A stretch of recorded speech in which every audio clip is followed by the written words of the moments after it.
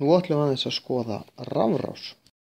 Rafrás, stundum kölluð straumrás, er þegar við erum með einhvers konar rafmagnsaflgjafa, til dæmis bara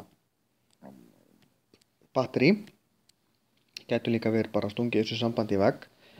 Síðan erum við með leiðslu sem liggur í perustæði, þar sem er pera, og liggur svo út úr því hinum megin og hringinn. Ef það er straumur á straumrásinni og rafeindirnar sem mynda rafmagni, því munið að rafmagn er ekkert annað en rafeindir sem fara í hring. Ef rafeindirnar komast hérna í gegnum peruna og alla leið tilbaka, þá er ljós á perunni. Svo fer mér náttúrulega peran sé í lagi. Í raun kemur þetta inn í peruna og inn í skrúganginn, upp í gegnum klóðaþráðinn og svo út í gegnum hnappinn hérna undir perunni.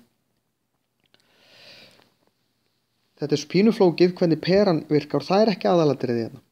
Það sem við þurfum til þess að straumrásin virki er aflgjafi, sem í þessu tilfelli er rafhlaðan, og svo vír í gegnum peru eða eitthvað sem að sýnir okkur hún sé í lagi.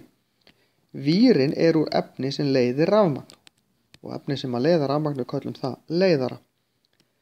Í þessu tilfelli væri það líklega koparvír. Kopar er með góður leiðari.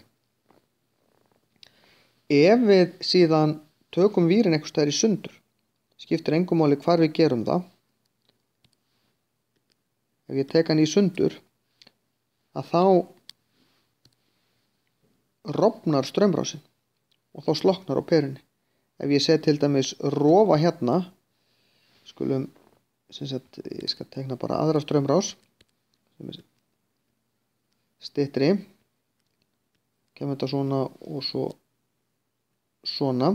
Ef ég er með rofa sem að annarkvort er opinn, þá sjáðu þið, þá liggur þetta ekki saman og núna er ekki ljós, en ef ég ýti honum hingað niður, þannig að hann færi svona og snerti vírana hérna, þá kveiknar á perunni. Svona virka rofar eða slökkvarar þegar við kveikjum og slökkvum á ljósum.